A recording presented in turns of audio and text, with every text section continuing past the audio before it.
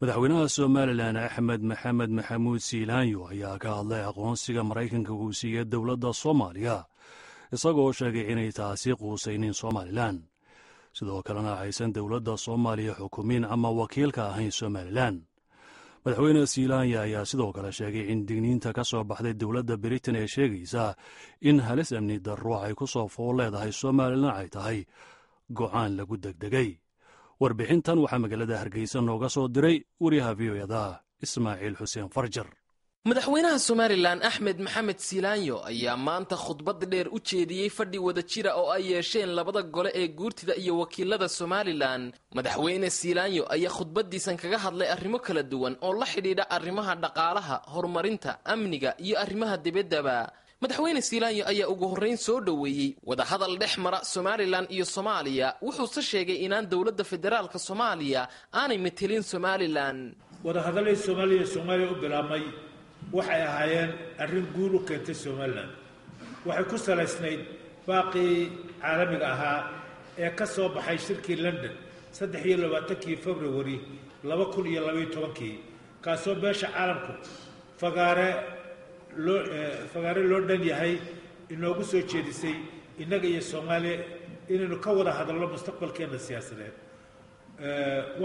waxaynu ku tagnay shirkaas tala qaran oo loo dhan yahay oo aad labadiinan golaba saldhig u ahaydeen kuna ogolaateen nidaam sharciya. waxayna ahayd tallaabo fiican oo dhinaca wanaagsan loo qaaday guud ahaan mantaqadaba. dowladda cusub ee Soomaaliya waxaan jeclahay inay inoo dhaxayso cilaaqaad fiican. waxaanuna cid walba u sheegaynaa dalka Somaliland dowlad uma aha mana xukunto. madaxweyne Siilaanyo ayaa isagoo hadalkiisa sii wata beesha caalamka ka codsaday inay aqbalaan aqoonsi raadinta Somaliland. maanta Somaliland loo warwari maayo. marxalad badan ayay soo martay oo fuligu shakiyey. sidaan horeba u sheegayna 100 sano hadday gaarayso qadiyadda madaxbanida Somaliland waa muqadas. waxaana ku kalsoonahay inaynu sidii wada jira uga wada gudbi doono caqabad kastoo inaga hor timaada. waxaan ugu baaqayaa caalamka nabadda iyo horumarka jecel inay tixgeliyaan go'aanka shacabkan ee madaxbannaanida Somaliland. madaxda reer Soomaaliya waxaan ugu baaqaynaa inay ka fogaadaan wixii dhaawici karaa qodobadii ka soo baxay shirkii London, isla markaana ay garowsadaan in qaranka Somaliland madaxbannaanidiisu ay tahay mid muqaddasa oo aan gorgortan geli karin. arrimaha kale ee madaxweyne Siilaanyo maanta ka hadlay ayay ka mid ahayd aqoonsigii dowladda Maraykanka u fidisay dowladda Soomaaliya, wuxuuna golayaasha u akhriyay fariin uu sheegay inay ka soo gaadhay wasaaradda arrimaha dibadda ee Maraykanka isagoo leh arrintaasi Somaliland ma khusayn doonto. ictiraafka Maraykanku siiyay dowladda cusub ee Soomaaliya arrintaasi ma aha wax Somaliland khuseeya, mana aha wax cusub ee weligii dowladda Maraykanku way ictiraafsanayd Soomaaliya, balse iminka waxay ogolaadeen maamulka cusub. annaguna kama xumin xasilna kuma nihin wixii dadka Soomaalida u kordhaya. Somaliland iyo dowladda Maraykanku xidhiidhkii inoo dhexeeyey waxba iskama bedelin. wada shaqaynteenuna waa sideedii. waxaad ila dhugataan fariintan oo wasaaradda arrimaha dibaddu iga soo gaadhay. U.S. recognition of the government of Somalia will not prevent the U.S. government from engaging in Somaliland, nor prevent us from conducting our programs in Somaliland. We made sure to clarify this with the Somali government before deciding to recognize them. waa fariintii ay noo soo direen ee rasmiga ahayd ee noo soo direen dowladda Maraykanka.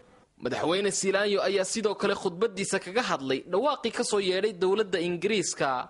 dowladda Ingiriiska waxay noo dhexeeyay xiriir soo jireena oo taariikhi ah. waxay naga dhexeeyay iskaashi heer fiican marayay. waxaase ka xumahay dhawaaqa arrimaha dibadda ka soo yeedhay ee lagu sheegay in waddanka Somaliland ay ka jirto xaalad nabadgelyo xumay. dhawaaqaasi muu ahayn mid u qalma kuna habboon xidhiidhka labada waddan.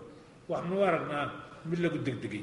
marka loo soo noqdo arrimaha gudaha, madaxweyne Siilaanyo ayaa sheegay in xukuumaddiisu ay sii wadi doonto in wada hadallo nabadeed ay ku waajahdo gobollada bariga ee Somalilan wuxuuna madaxweyne Siilaanyo ballan qaaday in ilaa 38 mashruuc oo horumarineed oo ku kacaya ilaa 1 milyan iyo 300 oo kun oo dollar ay ka fulin doonaan gobollada bariga Somalilan. Madaxweyne Siilaanyo ayaa sidoo kale sheegay in sanadkan ilaa 5,000 oo sarkaal ay siin doonaan darajada ciidamada ee kala duwan. Sidoo kalena madaxweyne Siilaanyo ayaa golayaasha u soo bandhigay wax ka bedel iyo kaabis lagu sameeyo dastuurka ay leedahay Somalilan, taas oo noqonaysa markii ugu horeysay ee dib loo eego tan iyo markii afti dadweyne lagu ansixiyay sanadii 2001. Madaxweynaha ayaa golayaasha mar labaad ka codsaday in ay dib u eegaan kooto loo xidho dadka la haybsooco iyo haweenka si ay uga qayb qaataan, ayuu yidhi masraxyada siyaasadda.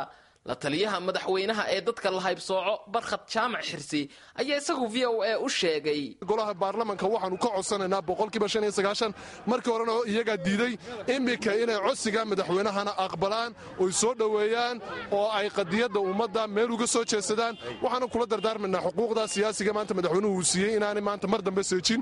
kadib markii khudbadda madaxweyne Siilaanyo dhammaatay waxaa isu soo bax ballaaran laga sameeyay meelo kala duwan, iyada oo magaalada Hargeysana uu madaxweyne Siilaanyo iyo xubno ka mid ah golihiisa wasiirada iyo shirgudoonka golayaashuba ay ku biireen dadkii banaanbaxayay.